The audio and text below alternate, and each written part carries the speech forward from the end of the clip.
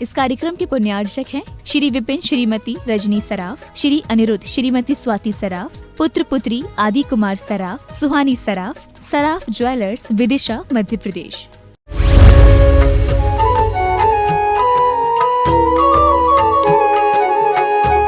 अब यहाँ पर आचार्य प्रवर कुंद स्वामी कह रहे हैं कि मुनि के लिए परिग्रह का निषेध किया जाता है। जह जाय रूप सरिषो तिल तुस्मितम न गिहदिहत्तेषु जय लेयप्य बहुयम तत्तो पुनजाई निगोदम। जह जाय रूप सरिषो तिल तुस्मितम न गिहदिहत्तेषु जय लेई अप बहुयम तत्तो पुनजाई निगोदम। अष्टपाहुड़ में से सूत्र पाहुड़ की ये 18वें नंबर की गाथा है। क्या कह रहे आचार्य महाराज? जह जाय रूप सरिषो, यथाजात रूप सदृश यानी नग्न मुद्रा के धारक मुनि तिलतुष तिलतुष मात्र भी परिग्रह हत्तेषु हाथों में न गिहदी नहीं ग्रहण करते, अर्थात बुद्धिपूर्वक किसी भी प्रकार के परिग्रह को ग्रहण नहीं करते। तिलतुस्मितम, तिलतुस मात्र भी, अधिक की बात तो क्या थोड़ा सा भी स्वीकार नहीं करते। पुनः और यदि अपुबहुम थोड़ा बहुत ले ग्रहण करते हैं तो निगोदम जाई निगोद जाते हैं।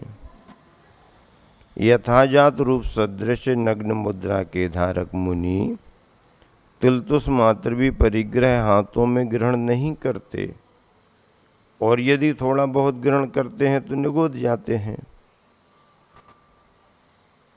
यथाजात भावार्थ, यथाजात तत्काल उत्पन्न हुए बालक को कहते हैं। यथाजात किसे कहते हैं? तत्काल उत्पन्न हुए बालक को कहते हैं। उसके समान जिसका रूप है, ऐसे यथाजात मुद्रा के धारी श्रीमन अपने हाथ में तुलतुस मात्र भी परिग्रह ग्रहण नहीं करते। यदि वे थोड़ा बहुत भी परिग्रह ग्रहण करते हैं तो निगोद जाते हैं। ये जो कथन किया गया है, ऐसे कथनों का अभिप्राय मुनिजन को अपने जीवन में निर्ममत्व भाव की प्रेरणा देना है। उनके अंदर निरंतर निर्ममत्व भाव बना रहे। वैसे वो अपरिग्रह महाव्रत के धारी हैं, उपकरण के अलावा उनके पास कुछ नहीं है, फिर भी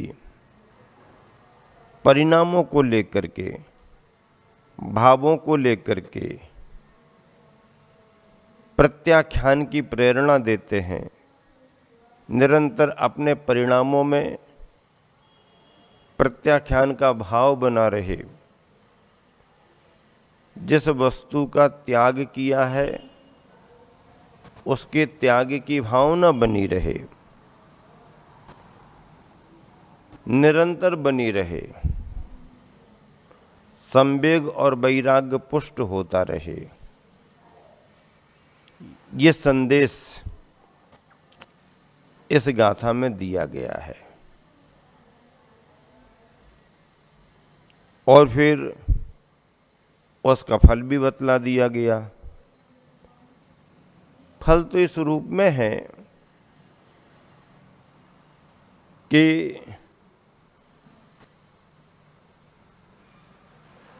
परिग्रह का संबंध तो है ही नहीं, और है भूमिका से बाहर है, तो फिर उसका परिणाम भी बतलाया। परिणाम का मतलब ये है कि उसका बिगाड़ होगा, सुगति नहीं हो पाएगी, सुगति में गमन नहीं होगा, किंतु गति बिगड़ जाएगी। गति क्यों बिगड़ रही? क्योंकि मति बिगड़ रही, तो मति के साथ गति भी बिगड़ जाती है। गति मति का अनुसरण करती है। गति किसका अनुसरण करती है? मति का। जैसी मति होती है वैसी गति होती है। हाँ, गति और मति का संबंध है। इसलिए कहा जहाँ सुमति तहाँ संपत्ति नाना। आपके पास में सुमति है तो नाना प्रकार की संपत्ति है। अच्छाई भी ख्याल में आना चाहिए, बुराई भी ख्याल में आना चाहिए, फिर अपने विवेक से कार्य करना चाहिए। गुण और दोष इसकी परख तो होना ही चाहिए। अगर इतनी ही परख नहीं है, इतना ही विचार और विवेक नहीं है, तो फिर हम अपना कल्याण नहीं कर सकते हैं, ना अपना भला कर सकते हैं और ना दूसरे का भी भला कर सकते हैं। इसलिए बुद्धि हमारी सन्मति हो। कैसी हो? सन्मति हो हमारी बुद्धि, सम्यक मति हो, जिससे सम्यक दर्शन पुष्ट हो, भेद ज्ञान हो। ऐसी हमारी बुद्धि निरंतर बनी रहे। अब देखो दूसरा विचार करो, सुनो ध्यान से। क्या कह रहा हूं? सन्मति। सन्मति कैसे आती है? भगवान की मुद्रा देखो तो मति सन्मति बनती है।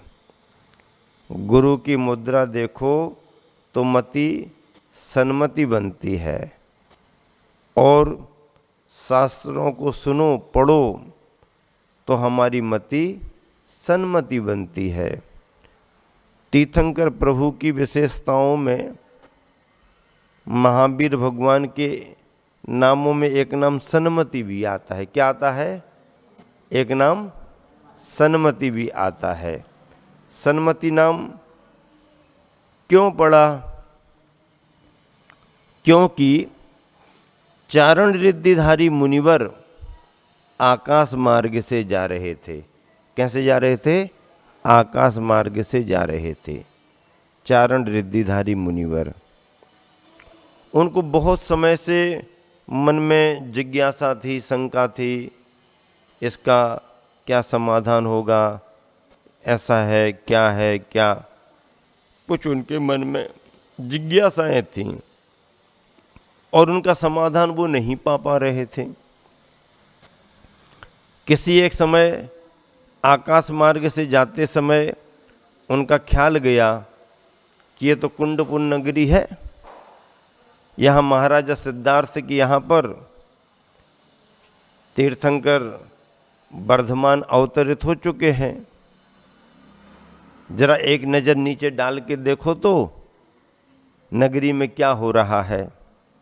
मुनि है, मुनि होते हुए भी तीर्थंकरों का पुण्य प्रभाव तो दिखाता है।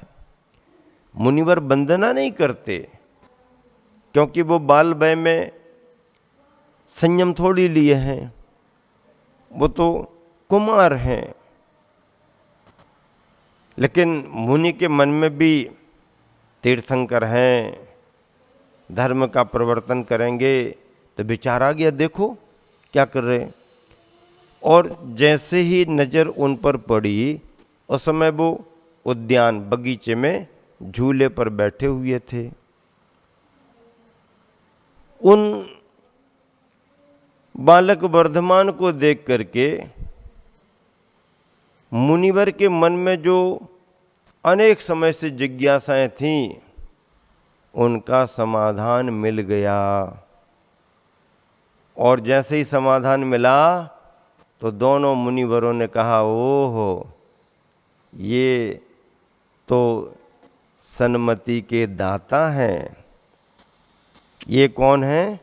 सन्मति के दाता। मतलब वर्धमान का नाम उन्होंने सन्मति कर दिया। इसलिए कहते ना, सबको सन्मति दे भगवान। भगवान सबको सन्मति, सद्बुद्धि प्रदान करे। ऐसी बुद्धि हमारी प्रत्याख्यान के रूप में निरंतर बनी रहे। शरीर से किसी वस्तु को स्वीकार कर लेना, उठा लेना, अपने पास रख लेना, ये तो बहुत स्थूल बात होगी, बहुत आगे की बात हो गई। मन में भी विचार नहीं करते। और क्या विचार करते हैं?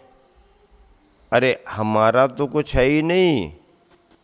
ये संसारी प्राणी जो अपना अपना कर रहे हैं, ये भी नहीं समझते, क्योंकि इन संसारी प्राणियों का भी नहीं है। अरे बाहर की वस्तु तो छोड़ो, बाहर के परिग्रह की बात तो बहुत दूर की है। मुनिजन तो अपने शरीर को भी परिग्रह मान करके चलते हैं। क्या मान करके चलते हैं? परिग्रह मान करके चलते हैं। और शरीर को भी छोड़ दो, ये मुनिजन तो आत्मा से जुड़े हुए कर्मों को भी पराया परिग्रह मान करके चलते हैं। और कर्मों को भी छोड़ दो, जीव के अंतरंग में जो राग द्वेष आदि वैभाविक भाव हैं, उनको भी पराया मान करके चलते हैं। इतनी सूक्ष्म दृष्टि रखने वाले वे मुनिवर भेद विज्ञान का अनुभव करते हैं और नौकर्म तथा कर्म से रहित, भाव कर्म से भी रहित शुद्ध आत्म तत्व को पाने की निरंतर भावना करते हैं। मयूर को देखा? मयूर जब उसके शरीर पर बहुत पंख आ जाते हैं, उसका पुंछा बड़ा हो जाता है, पंख उड़ने में मदद तो करते हैं, लेकिन उसके लिए जो अतिरिक्त पंख आते हैं वो भार जैसे हो जाते हैं। कैसे हो जाते हैं? भार जैसे हो जाते हैं। आए नेचुरल हैं, बाहर से उसने स्वीकार नहीं किया। क्या? बाहर से मयूर ने कुछ स्वीकार नहीं किया, उसमें पंख आए हैं, अपने आप आए हैं, स्वभाव से आए हैं। लेकिन जब ज़्यादा पंख आ जाते तो वो पंख भी मयूर को भार लगने लगते हैं। पंख भी मयूर को भार लगने लगते हैं और मयूर फिर समय पर उन पंखों को छोड़ती रहती है। कभी कभी इतने पंख आ जाते हैं कि मोर से उड़ना नहीं होता है, फिर समय पाकर वो पंख निकल जाते हैं। कभी कभी मयूर अपनी चोंच से खींच करके अलग कर देती है और जब पंख निकल जाते हैं तो मयूर खुश हो जाती है, भार कम हो गया। ऐसे मयूर के द्वारा छोड़े गए पंखों को परिमार्जन के लिए कौन ग्रहण करते हैं? जीव रक्षा के लिए कौन ग्रहण करते हैं? निर्ग्रंथ मुनिजन। क्या? निर्ग्रंथ मुनिजन ग्रहण करते हैं। हाँ, और किसी पक्षी के पंख को नहीं, मयूर के पंख को ग्रहण करते हैं, क्योंकि मयूर त्याग की परिचायक है। भार समझ करके उसने इन्हें छोड़ दिया, तो निर्भार जीवन को स्वीकार करने वाले वे मुनिजन मयूर के पंखों की पिच्छिका स्वीकार करते हैं। और पिच्छिका काय के लिए रखते? दूसरों के सिर पर रखने के लिए नहीं। काय के लिए रखते पिच्छी? जीव दया, चींटी वगैरह, कीड़े मकोड़े वगैरह, मच्छर बैठ गया शरीर पर तो उसको कैसे हटाएंगे? आप गृहस्थ संयमी हो, हाथ मार दोगे। महाराज जी पिछी लगाते हैं। कैसा परिमार्जन करते? यूं, ये पिछी ले ली, इसको यूं ऐसा ऐसा करके उड़ा देते हैं। उड़ जाते हैं मक्खी मच्छर। कहीं बैठना हो, पिछी लगा दी, चींटी कीड़े मकोड़े वहाँ से हट जाते हैं। अगर दिखाई नहीं भी देते हैं तो भी पिछी से हट जाते। पिछी का पंख उनको लग जाएगा तो उनको कष्ट नहीं होगा, बल्कि इसकी मृदुता से उनको आशीर्वाद जैसा लगेगा, कोई मुझे आशीर्वाद दे रहा है। ऐसे मुनिजन निर्भार निष्परिग्रही जीवन जीने वाले मयूर के पंखों की पिच्छिका रखते हैं। पद्यानुवाद देखो, गुरुवर ने क्या लिखा है? जाति रूप शिशुषा मुनिधार आता, अत्यल्प भी नहीं परिग्रह भार पाता, लेता परिग्रह मनो बहुया जरासा, लेता परिग्रह मनो बहुया जरासा, क्यों ना करे फिर तुरंत निगोद वासा। कितना बढ़िया पद्यानुवाद किया है। ये गुरुवर की विशेषता है कि गाथाओं को पूरा हृदयंगम करके उसका सार निचोड़ रूप में और आपकी अपनी भाषा हिंदी भाषा में करके उन्होंने दिया है। आप मूल गाथा भी पढ़ रहे हैं, उसके अन्वय अर्थ को भी समझ रहे हैं और गुरुवर द्वारा किए गए पद्यानुवाद का भी आनंद ले रहे हैं।